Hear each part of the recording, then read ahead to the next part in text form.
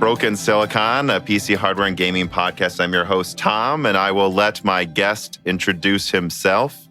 I'm Celsu, better known as Coreteks on YouTube. And I guess before we start, I wanted to say something. Last time I was on, I read through the comments on YouTube. I know you published this on different things, but I listened to it on YouTube. And I thought that a lot of people complained about my voice, about how slowly I talk. And I wanted to apologize because my brain, my dual core brain has to translate from Portuguese to English as I'm thinking about the things that we're talking about.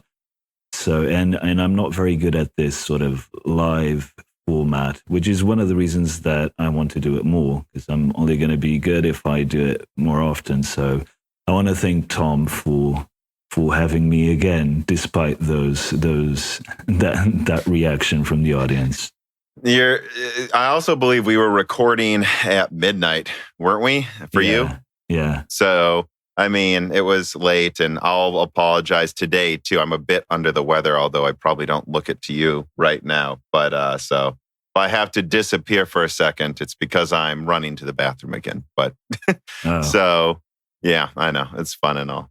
But when it comes to the voice thing, I always find those complaints a little goofy because, like, I don't know, I'm sure you've watched an Adored video, and if you go back to his older videos, he sounds significantly more Scottish than he does now. And it was like a slow-moving accent change for him, too. But there were always people complaining about it. And at least for me, I was always like, and same for your voice, it's like, I don't know. I think they're decent voices. I've never had a complaint about. There's just always going to be people complaining about how you talk. I find it quite funny. Like how I used to say Nvidia instead of Nvidia. There's a YouTube who always says Xenon instead of Xeon. I can't remember who it is. That really triggers me. I've seen people make that mistake too, because there was the Xenon SoC for the Xbox 360. And so I remember, all I can say to people that complain about how we pronounce things is you have to understand that most people just read articles, and there are hundreds of nonsense words, that you'll never say out loud. Then you say it out loud and you realize, oh, is that actually how it's supposed to be pronounced? So bear with us a bit. But anyway, so you did point out before we started recording that on my whiteboard, I have Intel DG2. I'm going to look into some stuff regarding that. I was sent some information from someone who has Intel contacts, and I just only had time to first go through the Alder Lake information. I don't know if you saw that video I just had come out. Alder Lake, no. Yeah, so I guess we'll start with that then. So that was a video I was working on for a whole week. And there is some evidence, I believe, that Intel could be working on some kind of 10 nanometer desktop chip for next year. And then it was interesting. I thought it was mostly speculation to say that. I mean, I know Alder Lake exists. It's been on their roadmaps technically for a while with almost no information. But then right when I received some information from one of my contacts, there are other leaks popped up about an LGA 1700 labeled Alder Lake. And then Apisac also had something at the same time. And so I said, well, all right, that looks like there's some evidence Intel may be rushing some kind of 10 nanometer desktop chip. Not something to fill out their entire lineup. At least I would certainly be surprised if they got yields that good next year. But it looks like there's a decent amount of evidence they may try to do some token launches for high-end products. So this is not Tiger Lake, and it's not Willow Cove. It's something else. What I was told by a contact is that it's the thing that comes after Tiger Lake, but that they plan to make mainstream variants that aren't just token laptop chips. Plans, we'll see, right? They've had a lot of plans. Yeah, I mean, my expectation would be that for the desktop, they would bring out Tiger Lake, which is what I said in a video that I published like 2 hours before we're actually talking. But that's just speculation on my part. I don't think we'll see Ice Lake. I mean... No, we're not. No, Ice Lake's... There's going to be an Ice Lake server supposedly, but I don't think that's coming. That's not. It's not. I'm told it's not. It's not coming to desktop. But Alder Lake, how the way I see it is, I believe it's either Willow Cove or Golden Cove cores, and it's kind of, think of it, as like the next step after Tiger Lake, and then they also have it on both platforms, I guess, right? It wasn't 100% on which core it uses, although Golden Cove was suggested. Yeah, that makes sense. I would expect by Q4 this year for them to have a 10 nanometer desktop chip in some form. Mm-hmm. Well, and he said the tap out for Alder Lake was this fall. So I'm sure we'll get some kind of rumors if it actually does exist. And I also point out in that video, I was looking through Cooper Lake and Ice Lake. I mean, I guess Ice Lake server, which my contacts insist is coming this year. How that pans out, that will tell us if we can trust any of this Alder Lake stuff or not, I'd say. Like if they can make 38 cores in any amount of numbers, then I don't think it's crazy to assume they'll get some kind of higher core count, higher than 6 core 10 nanometer chips on desktop next year. I mean, even just to please investors. Yeah, could just be another paper launch, but I don't think so. I think they're picking up on 10 nanometer. Me too. That's been something I keep saying, is that at least, and I think what people just jump down your throat sometimes when you say Intel 10 nanometer will be a real node next year. But it's like, it's 2020. We're not joking about it anymore. They do, in my opinion, if they, I know we all joke about 10 nanometer, but if they literally never got decent 10 nanometer out, like that's worse than I think I've let on. They can't just have 7 nanometer. That's a big point of the video too. In 2022, by then AMD could start some 3 nanometer product. I mean, this is ridiculous. They need something in the meantime before 7, I think. I mean, look at their 300 watt 14 nanometer chips right now. It's completely spent. They can keep making 14 nanometer for half their lineup, but I mean, there's nowhere to go anymore in terms of performance, I think. Yeah. But anyways, though, that contact also sent me Intel DG2 information, which I just literally haven't looked at that half of the information yet.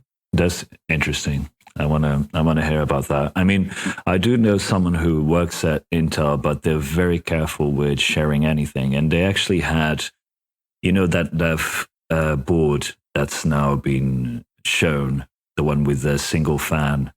Yeah. They actually had that in December, and they told me about it, and I was like, can you just send me a picture of the back? One picture. Yeah, one picture of the back. I just want to see the die or something. But they're very careful not to show anything. So I rarely get any information on Intel stuff, unfortunately. Yeah, it's pretty rare to get direct contacts at Intel, I would say, too. They are pretty careful, and especially Nvidia as well. I mean, I guess what I am also saying is AMD could do a better job of stopping people leaking all the time. They're trying. The briefings that we have fewer and fewer people at each briefing. Yeah. Well, let's go there first. So I have a list of things to discuss. Let's just keep running with Intel. I mean, Dragonetti writes in just like patrons can and asks, what can we expect from Intel Z GPU performance? So I think, let me just ask you that, Celso. What do you think, just in general, we can expect? Well, firstly, I recognize Dragonetti. He's a very active patron on my Discord, which is the best technology Discord there is, by the way. Okay, well, we'll see. You guys do have the best pumpkin carvers. Oh, you saw that, yeah. Yeah. It's good. So what can we expect from XC? I'm guessing he means the mainstream GPU, I would guess, discrete, right? So I think Intel's strategy for XC is basically, it's going to be in 2 stages. The first stage is to use that word I invented for the video today, which is discretize the mobile technology into a board that can go into desktops. That's probably mostly for OEMs and for developers to get used to optimizing for that, and also to test the scaling. So push the power up to 75 watts. We don't know anything about XCHB, which is a bit weird. Mm-hmm. And Raja Kaduri said they would be showing something soon. I thought it was going to be CES, and I was really excited about that. I knew there was going to be DG1 at CES because that contact from Intel had told me that, but I had no idea what exactly it would be. I think the performance-wise, you're going to see decent entry-level performance, which is great, actually. And it makes a lot of sense for Intel's customer base. They're the sort of people who would want a GPU like that. They don't care about, max settings 4K. I think for HP, we will probably see a decent mid-range GPU. I have no idea. I mean, we can speculate on the higher tiers. I doubt that for the first generation, Intel will have anything good at the higher tiers, because so Raja joined them in 2017. You're going to need at least 4 to 5 years until he can get anything good off the ground. So they're going to sort of set the stage for whatever ideas that team has. I remember there was some other guy on Twitter who's also on the graphics team, and he said something like, I can't wait to see the work that I'm doing materializing, but I've resigned myself to accepting that this takes years until I'm actually going to see something. So it's probably going to take another 2 or 3 years to see this come to fruition. And this was last year that he posted this. It's going to be a while until they realize their GPU vision for the mainstream. For now, the priority is just going to be OEMs and lower performance parts. That's what I would expect to see. Yeah. Chris Fairbanks also writes in, and he says, hopefully I'm not too late to post this question, but Coreteks seems much more optimistic than other tech tubers. And I would say in that video that you just had come out, you did come off kind of as more optimistic. I see so many people dismissing. I mean, there's no way around it, what they showed at CES. I guess what I would say, the performance they showed at CES could not be called impressive, but they at least proved they have it. And I think it's too early to really say almost anything. I mean, I did some videos mid last year about what I think might happen with Z or XZ. I call it Z. And it was mostly wild speculation, though. And just based on, I think I pretty much completely agree with their early targets. Like, you can expect them to target efficient entry-level GPUs, and they can't, that hopefully they won't be able to overcharge too much. I mean, it doesn't sound too interesting, but now that we have $200 RX 5500 XTs, perhaps we could use some more competition down there. And I thought maybe we would get some good, efficient mid-range cards, but I just completely doubt they'll scale it up high. Although, I mean, there's some leaks that suggest from people working on it that it might not be as efficient as they hoped right away. But I don't know. I think it's going to be a slow roll. And I just think you can't dismiss or assume it seems like so many people, as usual, think in a binary way where they're like, well, Intel's GPUs will be garbage. And then you have other people who are just so sure Intel's GPUs are going to be the best. I don't think we'll know really for over a year if they'll ever get anywhere good. Yeah, they're both right. Yeah, probably. Yeah, I mean, at least right now, I'm not that impressed with Ice Lake. I was hoping to be a tad better. The reason I'm optimistic is, well, I wasn't even expecting them to show gameplay. When I saw them, and I don't know if you were following the presentation, Intel is in such a disastrous state that such an important thing as XC, the DG1, they forgot that they were demoing it. Did you see that? This lady. Oh, in the background. This lady was like presenting the graphic stuff, and then I forget what his name is. He was like, oh, "Okay, thanks for coming," and she's like, "Oh wait, there's one more thing." Oh, I did see that. Yeah, there's one more thing. It's just showing the bloody graphics working. Sounds kind of like an important thing to not forget. But anyway, I wasn't even expecting that. So when they showed gameplay, I was like, Oh, me neither. Wow. They actually have this working and they're willing to show this, gameplay of it. During the stream, it looked terrible, but then I saw a proper, non-stream version and it didn't look too bad. I mean, what are you expecting? I don't know what people are expecting out of this. To me, that looks like APU level performance, which is fine. This is XCLP. It's a low power product meant to go into those cheap desktops that you're going to find at Best Buy that people don't have no idea what's inside them. I don't think that's bad. It depends on what people's expectations are. Were they expecting a 2080 Ti killer? I think I'll tell you what I was expecting if they were going to show. Yeah, so I thought they would just show more concept pictures and a bunch of nothing. Like they'd show some type of roadmap and some kind of design info, but we wouldn't see any gameplay. The fact that they actually showed gameplay, I guess, I didn't expect that, but I expected it to at least be, if I was going to show it first, I don't know. The only thing I think about is how it might have a struggle early on because it's not competing, despite what Intel likes to show, against last generation products. I mean, I have an MX250 that uses 10 watts that seem to hit the same settings they're showing now in some 10 nanometer graphics card. And, I think matching an MX250, which is kind of looks like what they're doing with their current graphics and what that also demonstrated. I guess I can understand why it doesn't command any level of being impressed when you're just like, well, it's an MX250 and it has horrible input lag, which, Gamers Nexus did a pretty good analysis on that. But I think it could have shown almost anything and I would have taken it as they're just showing it working, right? And I hope no one expected them to take on. I guess what I was initially said before I got off track was if I were going to show off gameplay first, I would at least hope to show it, I don't know what I want to say, matching a 1650 or something, because that's a popular card, even though it shouldn't be.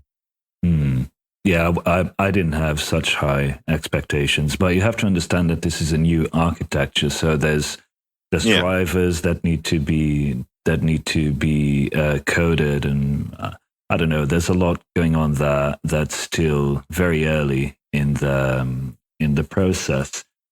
And regarding the input latency, I'm not sure about that because I saw them playing that through a controller connected to a laptop, which was outputting to a TV.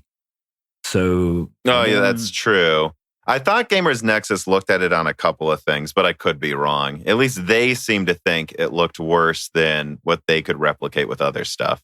But again, either way, I don't really read into it too much, right? They're just showing it working. I don't think that people can watch that gameplay and go, well, that's it. Then they're not going to be, I mean, it's so early. Yeah, exactly. It was risky on their part, but I'm glad they showed something. I think that was positive. And the second reason why I'm a bit optimistic is because of some of the patents that have come out in the last 6 months or so from Intel. They're really focused on multi-GPU. And to me, that's really exciting. That and memory bandwidth are going to be the two things that are going to push GPU performance forward, I think. Well, Raja Koduri always, when I remember during the Polaris days, Raja was constantly talking about how important multi-GPU could be for the future of graphics. So it really wouldn't surprise me at all for them to take that type of an approach. Yeah. And you look at that talk about interconnects, interconnects are going to play a big part in this. And you look at the the Aurora supercomputer, the renders that they have for that are clearly, focusing on multi-GPU and a lot of connectivity there and memory on the GPU in addition to memory off die. So there's a lot going on there that will trickle down to the consumer. I'm sure of that. So speaking of GPUs and drivers, though, Deus Knight writes in and he says, AMD GPUs with driver issues. And I'm putting this reader mail in here specifically because you were asking me and Chris and Hardware Unboxed and all these other people, they've been having driver issues. And I'll just comment right away. Yeah, I had driver issues, and I said that Dan, my brother, who also co-hosts Broken Silicon, he had issues with the newest December drivers. I've heard the ones that just came out work way better. But yeah, people in my Discord were having issues too. And you also said that? Yeah. So there's a couple of things here. I got a bit frustrated because I get, when people don't realize this, well, you do because your channel is fairly large, but when you have a channel with close to 100,000 subscribers, you get emails and messages constantly on a daily basis about a bunch of things. And people ask me for recommendations on GPUs, and I recommend, hey, you should get the 5700 or the 5700 XT. And then people have a terrible experience with that. And I feel awful. I'm like recommending these products and they don't work. So I got really frustrated, and I actually had a bit of a tirade on Twitter about AMD, which maybe I used strong language there that I shouldn't. I should keep things a bit more professional. But it is very frustrating. And the thing is, the 5700 has been out for 6 months. There's no reason this GPU shouldn't be working fine. And people are still having black screen issues, crashes, and all sorts of weird things happening, especially with hardware acceleration that's going on in the background. So if you use hardware acceleration on Google Chrome, for instance, there's problems there, which is kind of funny. It's like AMD says, hey guys, we have this feature. It's called hardware acceleration. To get it to work, please turn off hardware acceleration. This is their philosophy. So after all this time, it gets a bit frustrating. The second issue, and this I can't fully confirm because I only have one source that told me this. So don't take this as gospel. But this one source is not an AIB partner. It's not from the motherboard guys. It's not from the infrastructure guys. This is from someone very close to the design team. I was told that the Navi GPUs have a hardware bug that has to do with PCIe. And this was a problem related to PCIe 3 versus PCIe 4. And that the new Navi 10 was retaped. This was one of the reasons why it was retaped. I can't say this is 100% true because it's only one source that told me this, but it is one source from within AMD. And that pisses me off because it's not public and AMD is not saying anything about this. So that's if this is the reason why some of these problems are happening, then that's pretty serious. If it's just a driver issue, it's also bad because it's been a long time since these problems come out. But okay, maybe they can fix it. And hopefully they can fix it. But we're getting to the point where AMD are not the underdog anymore. We can't excuse this level of terribleness in their GPUs. It's, I don't know. Try for the people listening. Try and put yourself in our position where we recommend these GPUs to thousands of people, and then they don't work and have a terrible experience. It completely discredits us, and it makes me feel bad that I recommended a bad product. Yeah, I mean, and I've been catching, so when I reviewed the 5700, I came to the conclusion that it felt smoother playing like the Division 2, even at lower frame rates, than like an equivalent Vega card at the same frame rate. It was snappy, it was great, but like quite literally with the app I use to encode and render videos, it just straight up didn't work. Like I had to turn off, and that's very common. I've heard there's many professional apps where you just straight up can't use Navi with them. And when it works, the GPUs are great. I really like the 5700 and 5700 XT, excellent GPUs, but sometimes they don't work. Like what you're saying in Premiere, I can't get the what's that thing called? The color, the lumetri color. I can't get that to work on the 5700 XT, so I have to use 1080 Ti to edit, which gets a bit unstable with 4K footage and stuff. So, one thing I just want to say right out of the gate here, well, not right out of the gate, but like up front is, I've been very outspoken that I think the idea of AMD drivers being worse than Nvidia is complete and utter bullshit. At least I switched from Nvidia to AMD. I mean, this was like, almost a decade ago now, because I could not get my Fermi cards stable. And I remember going into Nvidia forums and seeing people literally joke about having a disk. Some of them were serious, of various driver releases that they would install per game they were playing. Like if I wanted to play Borderlands, I had to install this driver and that driver. And then I switched to a 6950 and I had zero issues. And I was like, what is happening? And then this is something that Dord's covered a lot. Like this thing came out that Vista literally had triple the crashes on NVIDIA systems than AMD. And yet you have all these people saying, I can't buy AMD because of drivers. And for me, that's been true. And I've had NVIDIA systems. I do get NVIDIA cards from time to time, and they've never felt as stable as AMD. But I have to admit, in the past few months, AMD's been feeling unstable. And it frustrates me because it makes me look like an asshole because I've been saying this over and over again. And then all of a sudden they release these drivers that just are so buggy. And I don't know, like I'm still using October drivers right now. And I don't update as often as I used to because I game a little less these days. But it is very frustrating that I even have to think about that again. And I just have to say to both AMD and NVIDIA, like, can you just make sure it works first? Like rushing out these drivers for a 5% win in a graph. It's a very hard thing for channels to cover, though. Like if you're Steve at Hardware Unboxed and you're not sure how much you should cover that it crashed while you were benchmarking, I don't know. But I think something needs to happen here where they're held accountable, personally. I agree. Which I can see that's what you're doing too. So, yeah.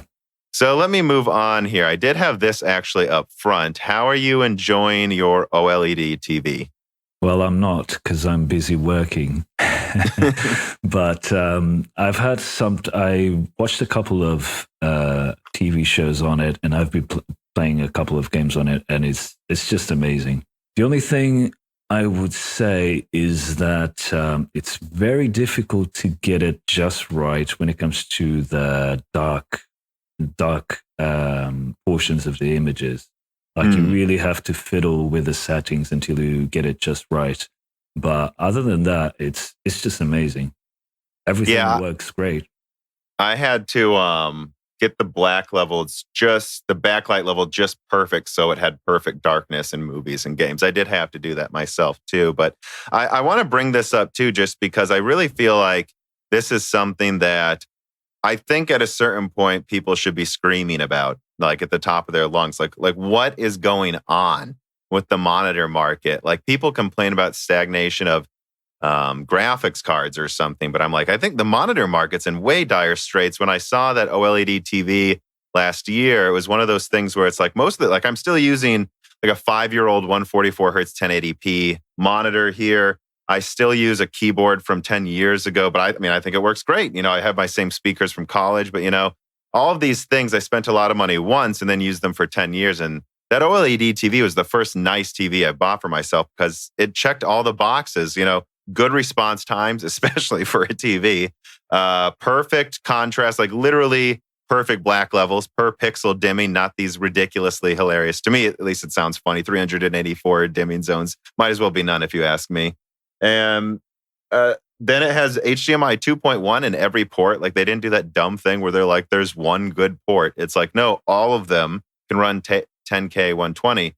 And you're seeing these monitors being sold right now that are a fourth the size, that are just wholly inferior. And it's I think people don't realize it's starting to drive PC gamers mad. I mean, some of them have gone so crazy they're starting to think CRT is good.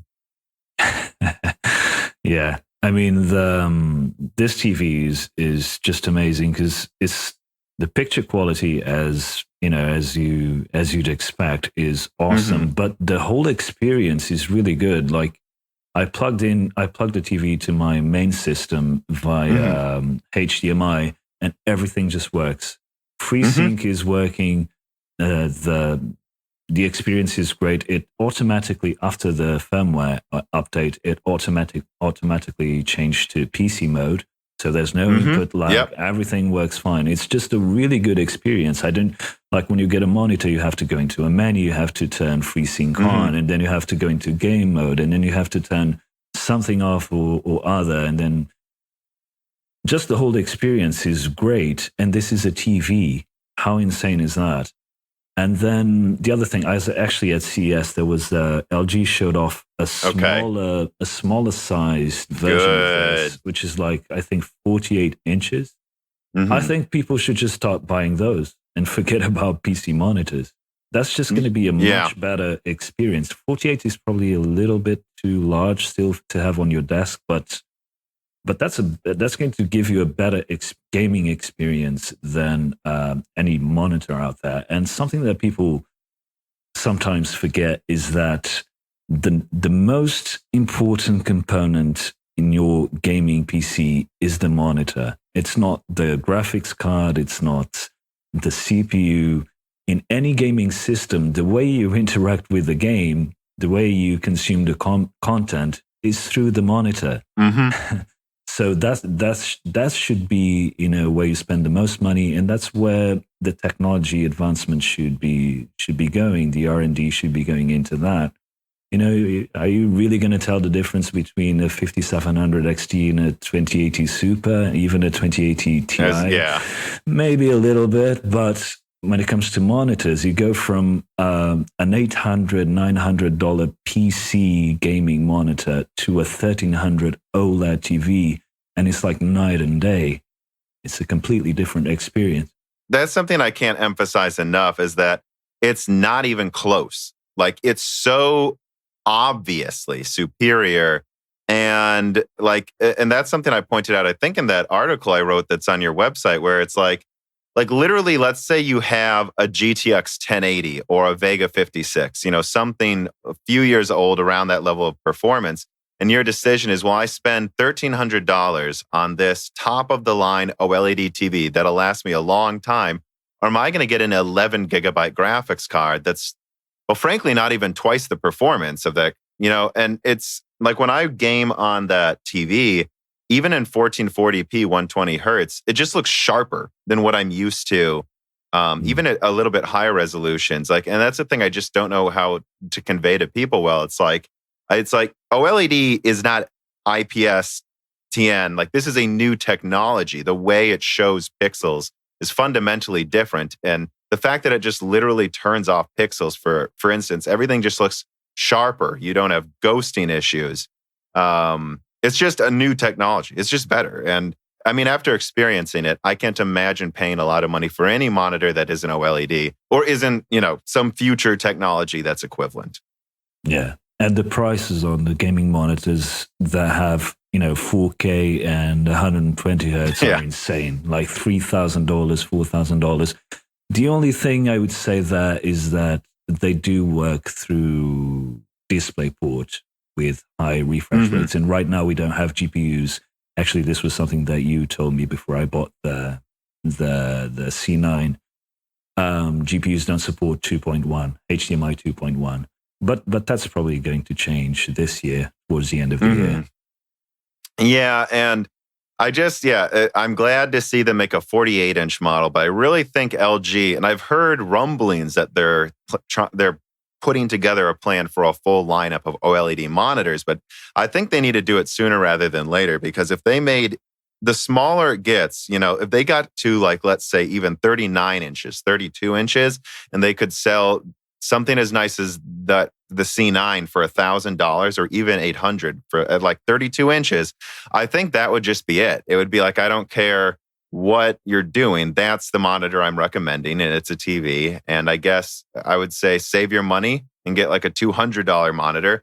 Or if you're going to go big, this is so vastly better that again, like I said, it's completely laughable to me. I guess the last thing I want to ask about this is, what do you think about, and I think it may be blown out of proportion because it's an interesting idea for a video, so it gets clicks, but like, there's a few channels talking about you got to go out and buy these 10-year-old $2,000 CRTs.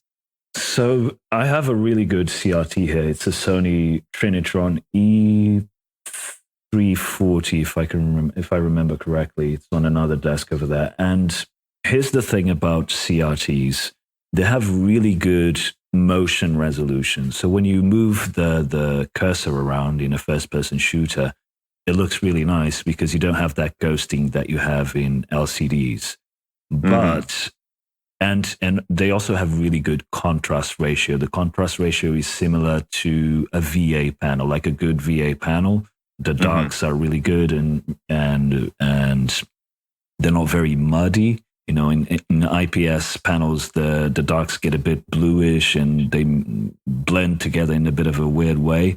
So there are some benefits to CRTs, but you can't use them for desktop use because it looks really, really strange. It messes up your eyes. If you have the Trinitron technology, which is the better one, you get two or horizontal lines across the monitor, which you can kind of ignore, but they are there and it gets a little bit annoying. They are insanely heavy. Even the one that I have here is 19 inches. And man, moving this thing from desk to desk is like I have to eat 3 steaks before I do that. And then and the monitor size is just too small. Like the reason why people like them is for first-person shooters because of that motion resolution. But then you constrain with your field of view because it's a 4:3 aspect ratio. So you don't have that wide field of view that really helps in first-person shooters. Is the picture quality better than LCD? I mean, yeah, it is. I guess it is. It's not as sharp, but I guess it's pretty good. It's nowhere near close OLED. I don't know where people got that idea from. It's not that good. The reason Digital Foundry is where they got it from. Yeah, that they're insane. The reason why it looks so good is because the pixels blend in together.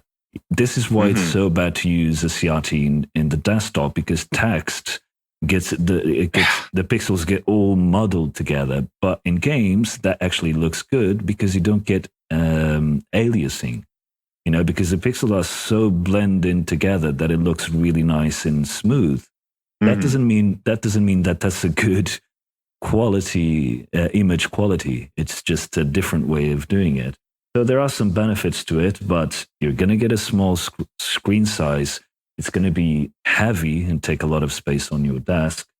And yeah, you do get higher refresh rates. Like this one goes up to 120 hertz, but you have to reduce the resolution. Yeah. That's another thing that's good about these monitors is they're resolution agnostic. So you can run them at any resolution and it looks good. It's not like on LCDs where it gets blurry and weird. OLED is, from the limited experience that I've had with this C9, it's actually very similar to CRTs, but better in every single way. You get a larger size. You also get the really nice motion resolution. It's sharp. The upscaler in this picture, I don't know what it is, but it's awesome. Like I know. You can watch 1080p content and it looks almost as good as 4K. Really, really good. So I understand why people got on this CRT hype because, you know, it's always nice to bring back something from the past and there's the whole nostalgia and it brings clicks and all that. But come on. Yeah. I mean, I think, yeah, if I could put it in a phrase, that is how I would put it. It's like, Tom, what do you think about the CRT hype? I'd say, I mean, come on. Like, what are we doing here? I think people forget, like, and I've even seen people make suggestions, like where there's these long videos where they're like talking about, was it a mistake to abandon CRT? And it's like I'm old enough. I grew up learning on CRTs in high school and even a little bit into college. And I gotta say, like, most CRTs aren't that nice one you have. Most CRTs back then were absolutely terrible. I'm going to almost any LCD. And I remember the first LCD I bought for Killzone 2 in preparation to play Killzone 2. I got this $500 I don't know, maybe it was 1080i technically, LG TV. If you were not looking directly at it, it would like look red from the sides. Like those old LCD TVs were horrible. And at least compared to similarly priced CRT back then, I remember it like, whoa, this looks incredible. So I know there were good CRTs back then, but not all of them were good. Some of them, like you said, you could barely read what was on screen with some of those. And when we come to where we are now, maybe there's an argument that there could have been some kind of a fork in the road where they kept making super high-end ones for reasonable prices, but they didn't. And where it comes down to is if you have a nice CRT, even back then, costs what an OLED costs now. And the OLED is so much better than everything out there. Again, I just can't, there's just no argument really for getting one instead of something else, I think. Yeah. Anyway, so let's move on here. Let's just like make sure we cover CES bases. So I think one thing I got to say is people talk about, or I think sometimes people expect me or any channel to know basically everything that's going on, and eventually get to a point where it's just like, look, I'm going to focus on the things I want to talk about that week, and I'm probably going to miss a decent amount of things. And like when it comes to CES, I didn't actually watch that much of it. I ended up watching the AMD conference. I've, of course, seen some stories of interesting products that have popped up.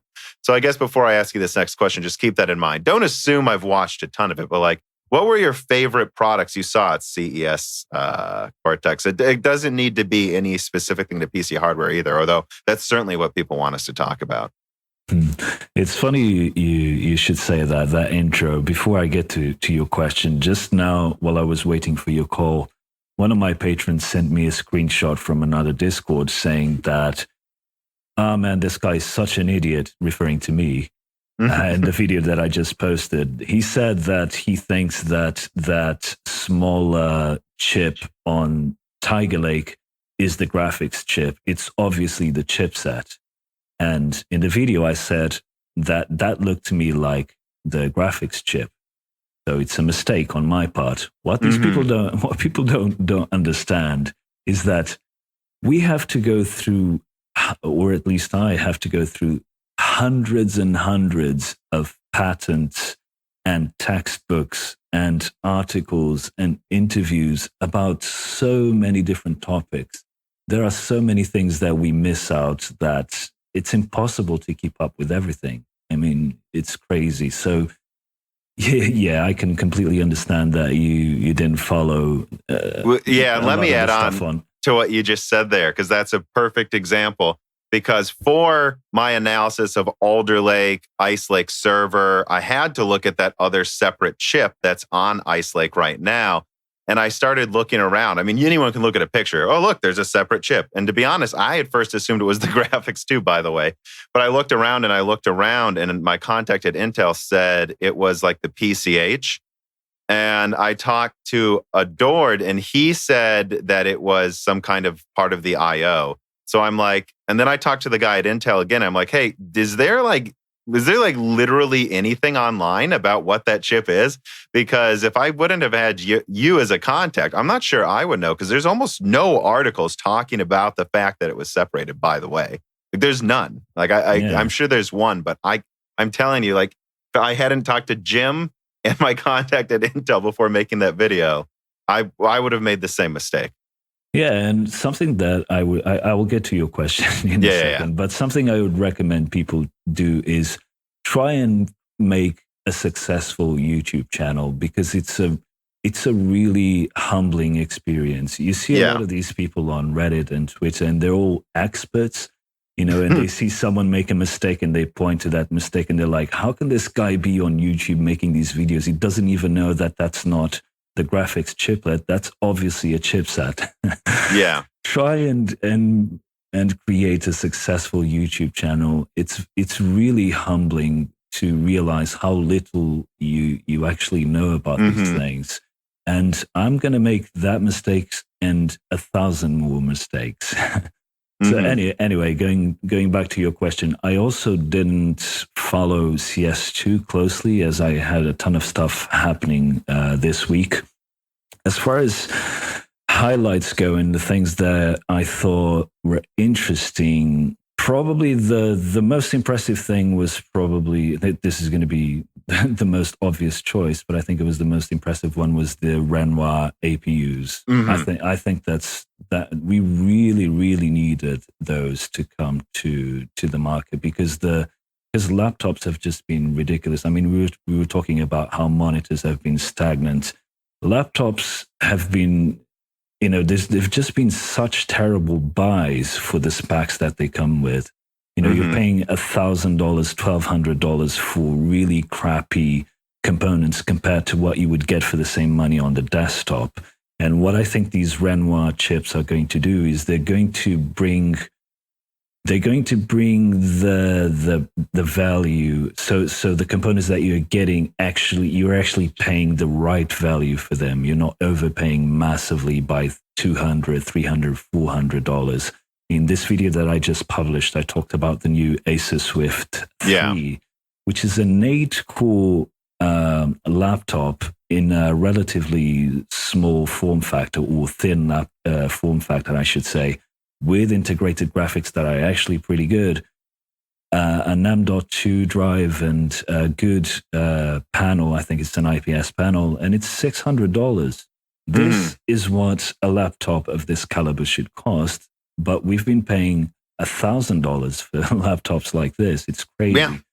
So the Renoir APUs were probably the highlight for me. I really they were more impressive than I thought they would be. Well, I mean, I thought they'd be impressive, but at least what they showed, learning that it wasn't just Vega, it was up, 50%. They said higher performance per compute unit than typical Vega. That that 8 cores are actually boosting pretty well and at 15 watts. I think Renoir, for me, I mean, we all knew Threadripper was coming, so whatever. But I think that really stole the show for me, and that's going to completely shift what happens, what we can expect in a laptop. I will say this too. I saw this is leaked too from an internal, someone who knows someone who works at Lenovo was saying that right now, supposedly Intel's freaking out about Renoir because they didn't either expect it to be that big of a deal. Yeah, they should. I guess another thing was a few weeks ago, I did a video on modular PCs and where I was kind of speculating where modularity could go. And there are a few companies showing boxes based on Ghost Canyon. Ghost Canyon? Mm-hmm. Yeah, that's what it's called. And there was this one from Razer, which is ironic because they were the first to try and kind of change the paradigm on PC modularity. I think there's something there. I think the only issue, I mean, the problem with this is going to be the price. These things are going to be massively overpriced for what they are, because it's low volume. They have to pay for the R&D that went into it and all that. But I think there's something in this concept, in this modularity concept. So I was actually surprised and happy to see that I think it was Asus, Gigabyte, and Razer. I think it was those three that had boxes for Ghost Canyon, which I think is definitely very interesting. Yeah. And is this the one where is it that the CPU and its like chipset are kind of in their own graphics card like slot that you can just slot in? Is that how that works? Yeah, exactly. And then you slot that into a backplane that just has PCIe slots. So it can have 2, it can have 3. Presumably it can have... that makes it much easier. Yeah. Yeah. Yeah, I mean, I think in the future, I think a lot of people are worried about the APUization of desktops and how this might destroy enthusiast PC building. But I really think it's just going to change. I think eventually it's just going to be easier. I mean, you pick your CPU, you pick your SoC, and it has a balanced graphics cards and CPU in it. Then if you want to add on another one, you can. If you want to add on a slot for this or that, maybe there'll just be one set pool of memory. Then you can choose different types of sticks. I think, I got to admit, too, when I saw that, I was like, oh, it certainly looks cool, but, I mean, that thing's going to cost thousands of dollars, right? Yeah. There's no way they're charging a reasonable amount of money for what you get. But, I mean, yeah, if we went in that direction, there would be no excuse for people just building their own PCs, I would say. Yeah. Yeah, I like that. More options is always a good thing. I mean, the dream... we're going a bit off topic here, but the dream when it comes to modularity or customization would be And maybe this will happen someday. You'd go to Amazon and you'd say, "Hey, I want a chip with this accelerator and this neural processor and a DSP that does this and that. Ship that to me." And then a few days later, you have that. Yeah. And that's something. You slot it into an enclosure that's really small, and it's really easy to use. No cables, no nothing. You just slot it in, and that's it. Yeah, that's something I talked about with. That's kind of what also Apple was looking at, right? With those Vega 2 Pro chips they had in their iMac Pros, where they tried to remove the need for PCIe separate connectors. You just slot it in. But yeah, the server engineer I've had on a couple of times, he was talking about that too. That they're really, I think that the future, like that AMD could get to, where I think we've talked about this too, where they really just dominate, as if they just have all these different chips you can customize and order. And I think, whenever we get to a point where any company can offer something like that, assuming they nail it, of course, right? Assuming there's not all these caveats, that would be like, ordering like a custom car, except it's an SoC. That's something we couldn't even fathom of coming soon, I think, of just a few years ago. Yeah. It already exists with, what's that company called? Sci-Fi, but that's a very, very early and very niche kind of thing. Those guys that do custom RISC-V products. But obviously a more mainstream version of that. Oh, there's one other thing. Oh, go for it. That was amazing at CES, and that was the PS5 logo.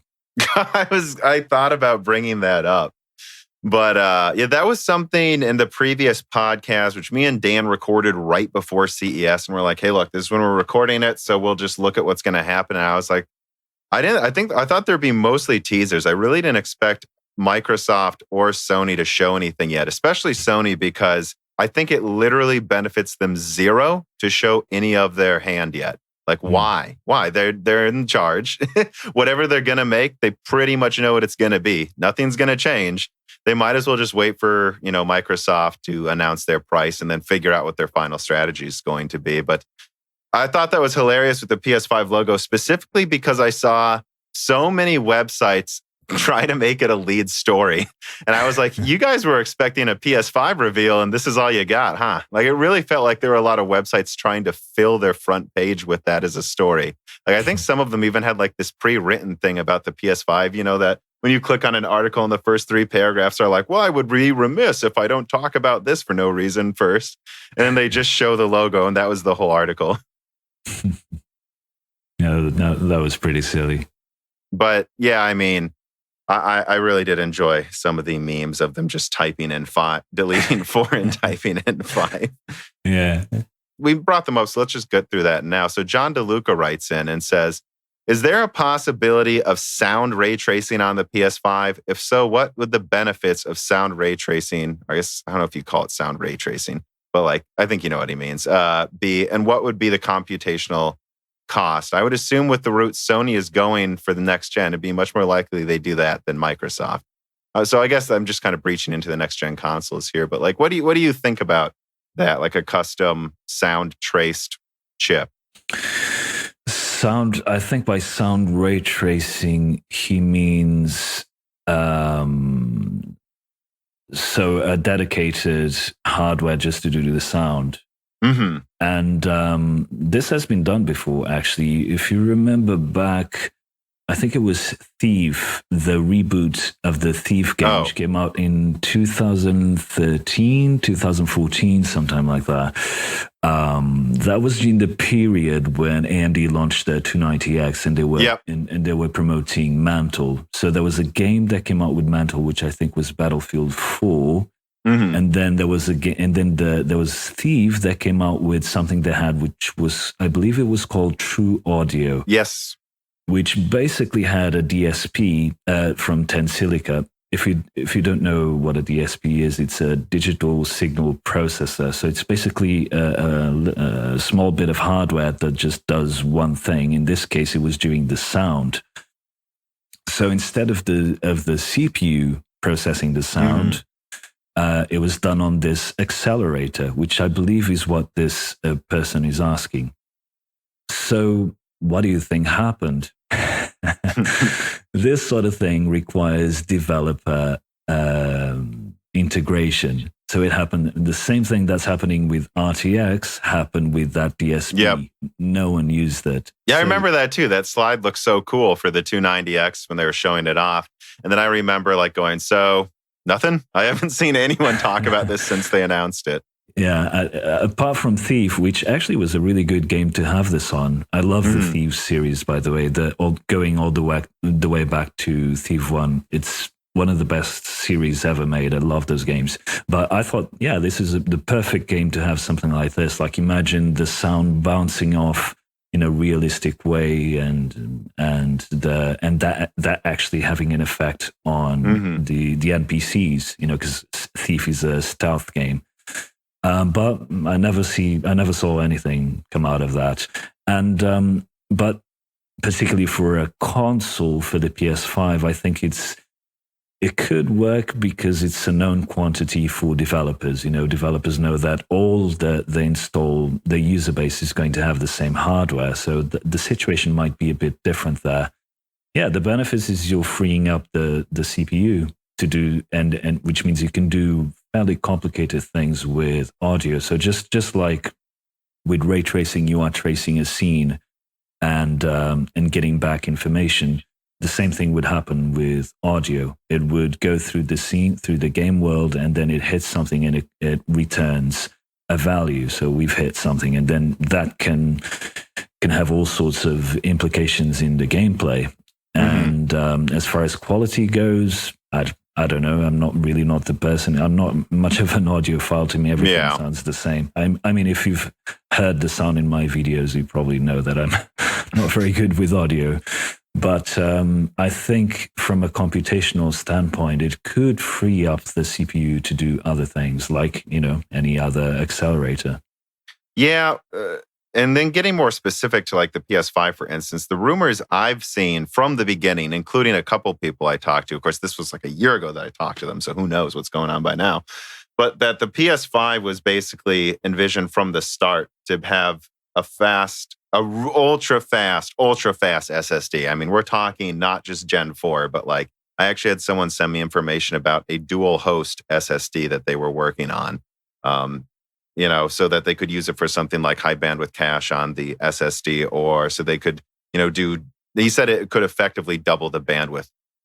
So something like that, a fast graphics card, not necessarily the fastest. And then I've heard lots of talk about there's going to be a ray tracing chip, a dedicated 3D sound card, a dedicated this and this and this, and that they're looking at it in terms of like, if we can just have a good 8-core, a good graphics card for decent 4K 60 gaming, and then just have something that does ray tracing on its own, something that does sound on its own, something that does, I'm sure there's something else, right, on its own. Like they have another ARM processor on there for background tasks that I think it could give you quality of life benefits past just looking at teraflops. And I'm not exactly sure what Microsoft's doing, really. I would assume they're considering similar things, though.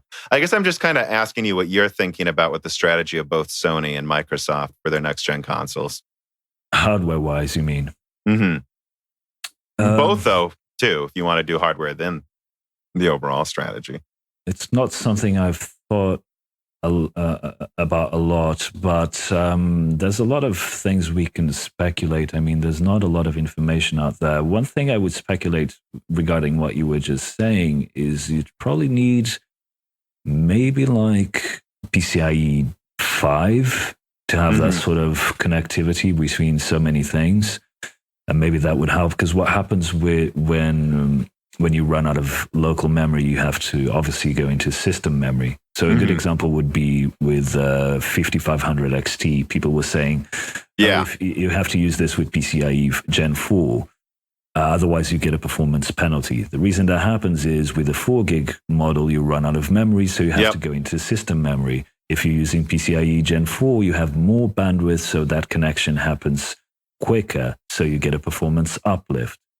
So if the PS5 is going to have all those separate components, then I would imagine it would benefit from a really fast connectivity between all of them. Not sure how they would do that. I mean, AMD does have Infinity Fabric to leverage all of that. So I kind of wonder if they're going to do some entirely custom approach for connecting them as well. If they're using not entirely custom, but maybe like a custom version of Infinity Fabric or something like that. If that's the case, then that's going to represent massive amounts of power needed because you're moving data around, you're consuming a ton of energy, and Infinity Fabric, any interconnect to work at really high speeds has to use an absurd amount of energy, and the faster you have to go, the more energy you're using. So maybe that will play into, if they don't care, if they just want to have a console that uses a ton of power, then sure, that's fine. But that connectivity between different things does have a cost in terms of energy usage. As far as the SSD, I mean, again, it makes a lot of sense because of what we just said. So if the GPU doesn't have a ton of memory, or if the memory is shared, then it makes sense to have a fast SSD to use as caching, and even to use as sort of a next level like an L4 cache or something like that. That's a bit undefined, but we don't really know much about it. As far as the Xbox One, the new Xbox, I'm sure you saw that the Phil Spencer's Twitter photo that he posted. Yeah, I did a video that referenced that for part of it. Yeah, I thought that was really interesting. I still don't know if that's an engineering sample. I mean, they had a tray with a bunch of them, so I'm guessing it's not just one engineering sample. Maybe this is the final product, which is a little bit surprising to me. Yeah, unless they plan to launch sooner than expected. Who knows? Yeah, that's the thing. I would expect the final product, the final silicon, to be ready maybe around March. Around that time. So it sounds like a bit early to have that, but maybe it is. Maybe it is the final one. I don't know. And I speculated a couple of videos ago that maybe we would see some sort of 3D stacking happening there because of the things that I was hearing about it. But obviously, it's a bit early to have that sort of thing happening. But then again, a console is a 5-6 year product. So I don't know if the cost benefits are there. So I don't know what the cost would be. So maybe 3D stacking is not viable. It would make perfect sense, in my opinion, for what they are trying to do. But maybe it's not viable from a cost standpoint. The other thing that was interesting to see was the size of the chip. Yeah. Which seemed kind of massive for a console chip. But consoles are not really something that I'm an expert in. So, but it did look fairly large, maybe like around between 140 to 150 millimeters squared is what it looked like to me. Oh, it was 400. People analyzed it. The total SoC was about 400 millimeters squared. Oh, wow. That's insane. Yeah, I mean, when I looked into that too, I think the general... And then also there is a leak from some Chinese forum of the back of the Xbox that shows a pretty small power connector. And I will say, even though that video of mine, that Xbox video, did surprisingly incredibly well for whatever reason, I thought I did a good job. But I will say, I don't think we can be sure that the back of that panel that got leaked is necessarily the final thing. It showed like a 250, it showed the same power connector as like what was on a launch PS4, right? So if that's true, so you're telling me they have a 400 millimeter squared SoC with a 200 watt console? Like if that was true, that would seriously suggest, at least to me, that the RDNA 2.0 is making some pretty big efficiency gains that people might not be expecting. But we'll have to see. Anyways, though, I think one thing I want to add to this is I think so many people were assuming they would use chiplets for the consoles. I mean, I thought it'd be common sense, but I've been thinking about it recently since that giant 400 millimeter squared die. Like, chiplets make some sense in the short term, but in the long term, wouldn't you agree that there could be some major logistical problems of like, so what, we're just going to keep producing 7 nanometer Zen 2 chiplets for 6 years? And I mean, and if they're getting 90% yields at TSMC, I know 400 millimeters squared is big right now, but that's just one die you need to die shrink every few years. for cost reductions as opposed to deciding, well, are we going to die shrink the I/O die, the chiplets? Well, if we're die shrinking these Zen 2 chiplets to use, with the console, we're not using those on mainstream desktop anymore. They're already on Zen 4. So we're not getting that cost benefit of sharing it between console and PC anymore. So I think on further reflection, a big monolithic die, kind of for both Sony and Microsoft, is probably more of a logical conclusion than some might expect. I know a lot of people were surprised Renoir was a monolithic die too. Yeah, there are several things that you mentioned. So before we go into the chiplets, I didn't see the image of the back of the console, but like you can get away with a power supply that's like 350 watts. That's absolutely tiny inside of the machine, and then have a power brick, one of those laptop power bricks, and that's enough to power a pretty beefy system. I mean, I know I can't remember his name, the guy from the S4 Mini case. Oh, yeah, NFC, not from concentrate. Yeah, I've seen some videos of his and using like really high-end components with a 300 watt Pico PSU, with a power brick. So I wouldn't take that as an indication of anything to do with efficiency. Well, you should see what some people are saying, though, about a big Navi. It's like, it's going to use 400 watts. I think we can safely say it's not going to use 400 watts. You probably didn't need to see the back of the console to know AMD just straight up wouldn't launch something that terrible, but at least I hope they wouldn't. Yeah. And then going back to chiplets, the reason why you can't do a chiplets-based console has to do with energy, which was the conversation we were having earlier. Mm-hmm. When you have data going from a chiplet to the I/O die, you're using a ton of energy.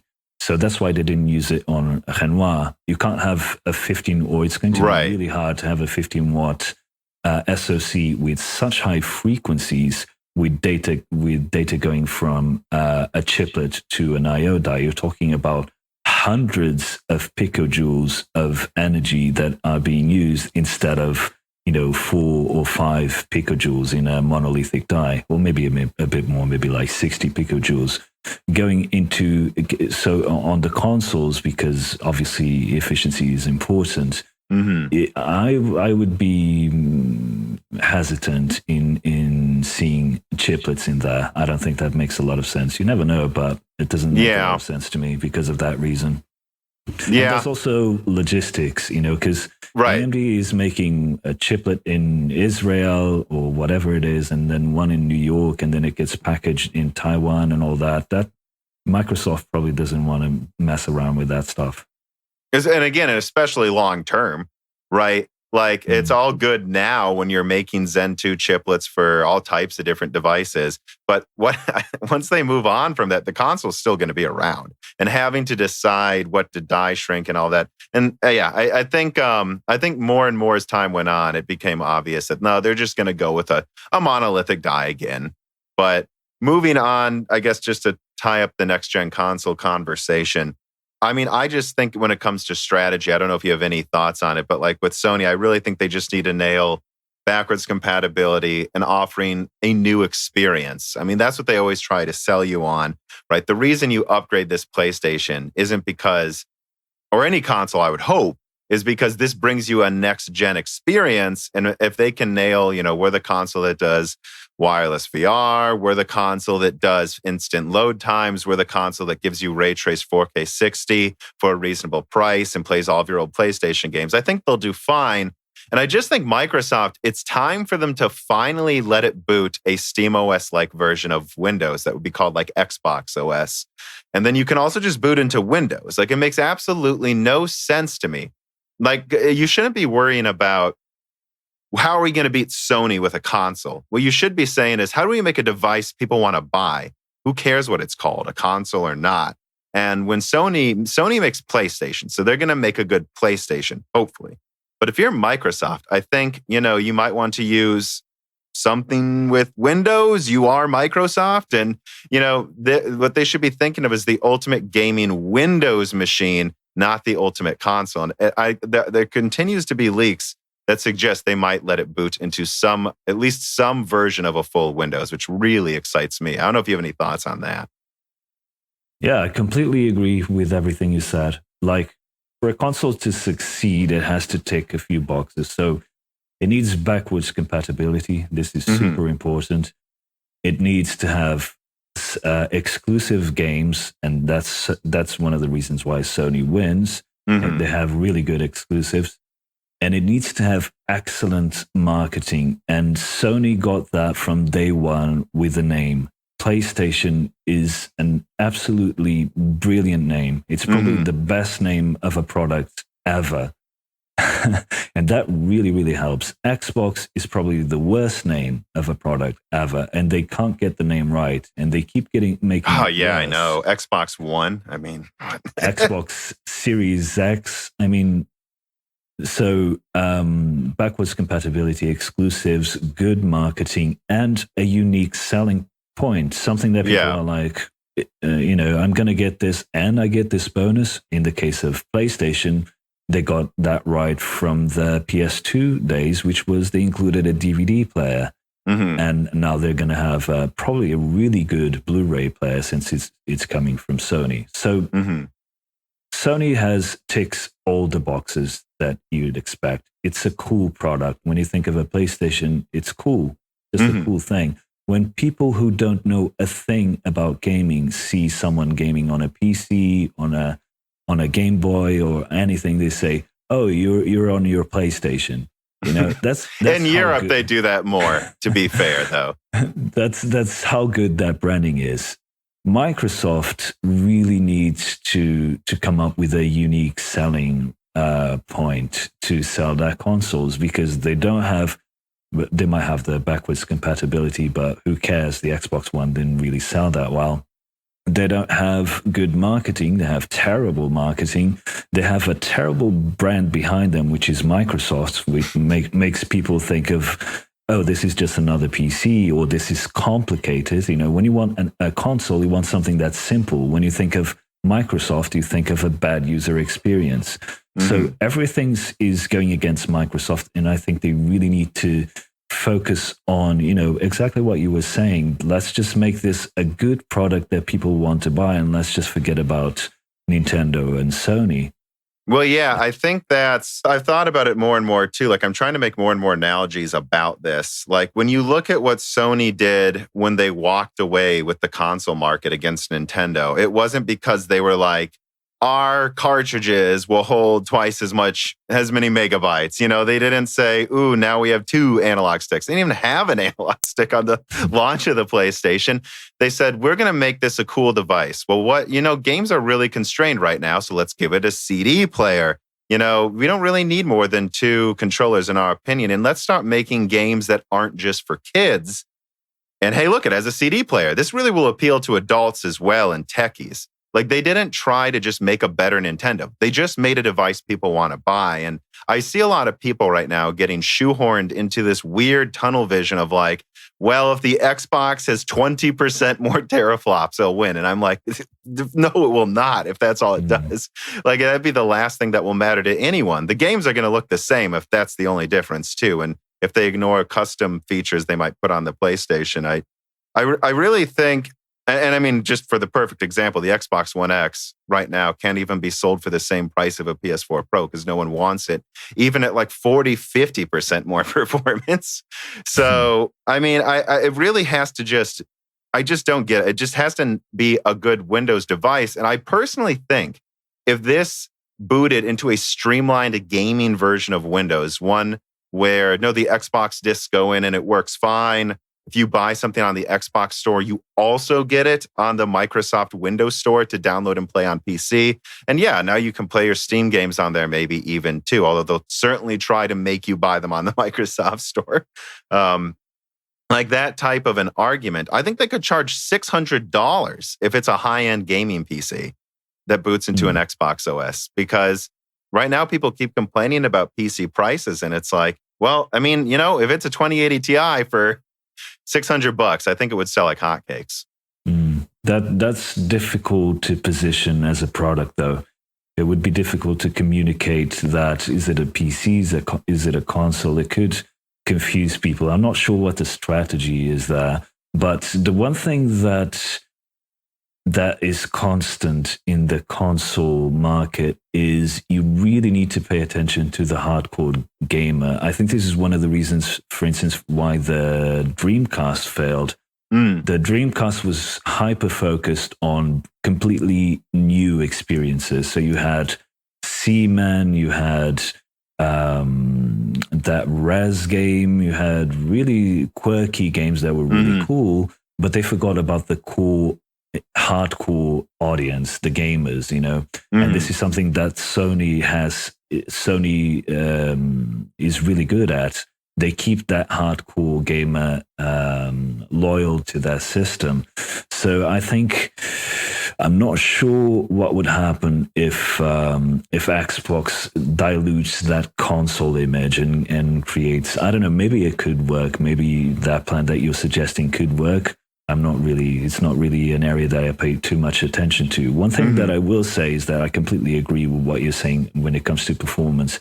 The only people who care about how many teraflops the Xbox has versus the PlayStation are the fanboys, because then they can get into a dick measuring contest with saying which one is better. But the 120 million people who buy a PlayStation, they don't even know how many teraflops that thing has.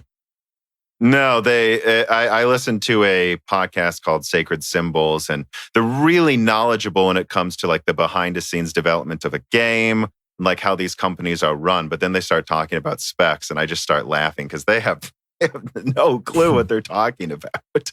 And you'd think they could know even just a little bit of it. Yeah, I don't. And I guess the last thing I would want to say, well, I guess two things. Number one would be when it comes to teraflops, I think people, and this is true, people always like this, I'll compare teraflops between the same architecture just to quickly do a scratch comparison of like performance. And then you'll instantly get these armchair experts that jump in and go, teraflops don't equal performance. And it's like, I know, but these are literally the same die, one's cut down. I think it's a little fair for us to compare it here. But those same people now are becoming obsessed with the Xbox having more teraflops, possibly. I don't know. I used to hear it was the other way around, but now it sounds like it might not be. And I think these consoles may be more custom from each other than before, similar to what happened with the PS360 generation, where there was really a debate to be had about their capabilities. They just straight up weren't the same thing. And just because they're both coming from AMD, I don't think it's going to be as cut and dry as with the Xbox One and PS4, where one just was like weaker. I mean, that was pretty easy comparison with that generation. Speaking of teraflops, though, let's move on to a little bit of talk, I think. I do have, as usual, I don't know about you, but I am being spammed by people asking about Big Navi. And Carbon Cry writes in and he says, you can speculate on the possibility of an HBM GDR GPU, which actually back in October or I don't know, maybe it was September, I was sent some information that the largest die might have both an HBM and a GDR controller.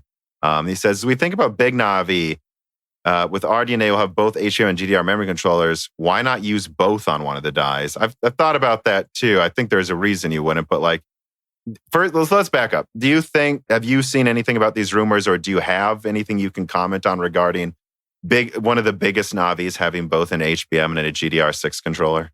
So I have to be a bit careful with what I say because I'm under NDA for a few upcoming products. But so I'm going to have to be a bit vague with what I'm going to say, but you can imply. So how can I put this? You already know of Navi-based products that have both controllers in them. Mm-hmm. Can you give us an example, though, a specific one? No.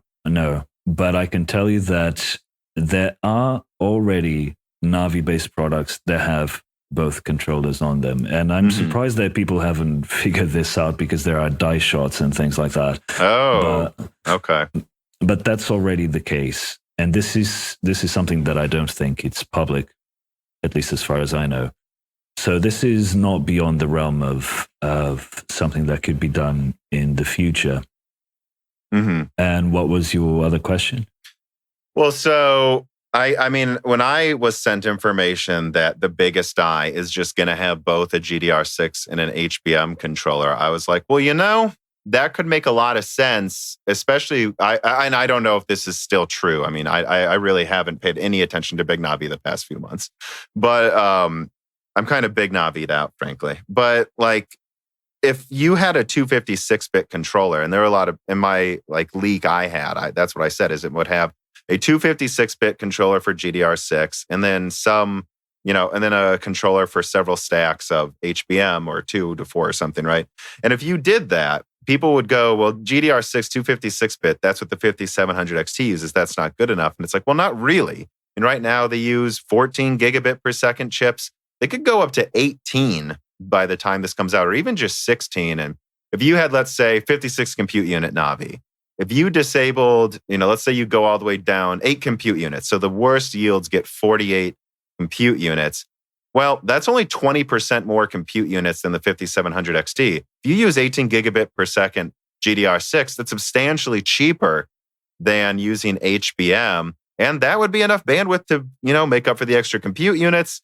And because you've disabled that much of the die, you could easily probably get away with it being a 300 watt card or something. And then with the bigger 56 compute unit, you just don't use GDR6, you use HBM. And then you save a lot more energy as well with that top model. So I thought it made a ton of sense. And I thought it was interesting how quickly people dismissed that idea. All of that you just said, it's possible. I can't tell you that it's something that's going to happen or not. But the way Navi 10 was made, for instance, is to have the building blocks to do a consumer product and a server product.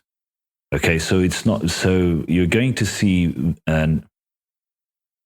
okay, so let's just leave it at that. You can use the chip has the architecture, and the chips, the hardware itself has been made so that you can connect different things to it, so that it's very flexible to what you can do with it. Right. So then I'm trying to think if there's anything else I wanted to add onto that. Do you think it would make any sense to have one then? Because this is what Carbon Cry asked, that where they left them enabled for both. So they just make one mega version that has access to, who knows, right? Let's say 64 gigabytes of GDR6 and then 16 gigabytes of HBM. That could make sense for a server product, for instance, where you need both the bandwidth but you also need the capacity and the speed. Mm-hmm. Yeah. And then Nils writes in and he says, if you have a big Navi card with RT accelerators, would it make sense to use one of the interposers? And I don't know if this question makes too much sense, but he says, and instead of putting a stack of HBM on one of them, actually just connect it to an RT accelerator, ray tracing accelerator. Oh yeah, I see what he means. So something like the Fury, which on the interposer you have the logic, and then you have the HBM dies on a 2.5D package.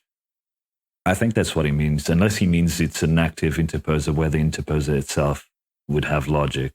But I don't think that's what he means. I think he probably means like putting different chips on the same interposer, but one of the chips is actually just for RT. Mm-hmm. I think that's what he means. Yeah. I mean, yeah, that makes sense. That could work. The problem that we go back to that problem that we were talking about, the 5500 XT, when it has to go off of the die and into system memory, and you can get a performance degradation.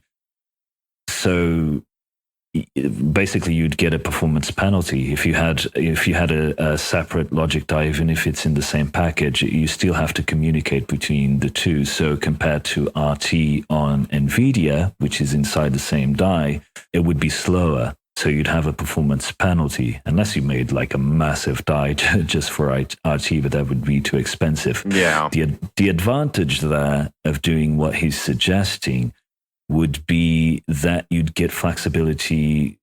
So from a financial standpoint, it makes some sense, because you could sell a card with the same logic. You could use the same logic chip to make different types of cards, ones that have an additional RT chip and one that doesn't. Right. So you get that flexibility. The problem with that is that David Wang, who's the RTG vice president or something, the guy who's in charge of the graphics division at AMD, last year he said that for AMD is only going to bring ray tracing to their GPUs when they can support the full stack from the smaller GPUs to the larger ones. So I don't see what the benefit would be for having a separate die. Oh, yeah, I see what you're saying, because it only makes sense to put it on the full lineup so they can get support. Because, I think that would be the worry, right? If you split it up, is if you have only your top end chip with good ray tracing, then it's like, well, why would developers support it? It's like a tiny part of the market.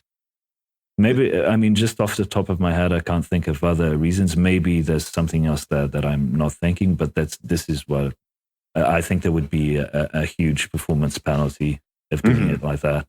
Okay, so let me move on to another question then here. This is one I had earlier in the script, and it's kind of just in general, what was the development, and it could be a hardware release, it could be some change in the market that happened in 2019 that you're most excited it happened.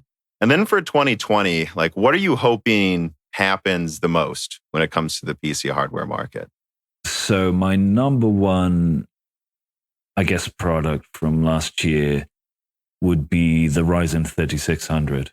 That was just an amazingly good product. You're getting 6 cores, 12 threads, 4.2 gigahertz at 65 watts for $200. That's insane. That's like, it reminds me a bit of the Skylake 6600K when that came out, which was the processor that I was recommending everyone. It was like that mid-range, really good value CPU. So from last year, that's definitely one of the highlights. I also really like the 5700 XT, which in my review, I said that's basically, a way for people to finally get into 4K. Yeah. You're not going to get ultra settings, but you can lower the settings a bit. This is not consoles. It's a PC. You can adjust the game to fit your needs. So you can use a 5700 XT and get a really good 4K experience for the first time. Outside of those more obvious things, I think one product that came out last year and that I've talked about a couple of times in a few videos here and there, it was never a focus of a video, but I have mentioned it, is a processor called the A64FX. I'm not sure if you were familiar with that. Not really. It came out last year? Yeah. So no, I don't know. So this is a processor that was made in conjunction with Fujitsu and the Japanese government, and a company called Raikon. So it's really interesting. This is going to go into the Japanese hexascale supercomputer that they're going to use. I think they're deploying this month, if I'm not mistaken, or maybe it was December. That they're going to use for scientific workloads, and obviously they have a massive problem with earthquakes and stuff like that. What's interesting about this thing is I'll have to send you a block diagram of this chip, because it's an ARM-based CPU that has a crap ton of cores. I think it's like 48 cores, although there are some redundant cores there.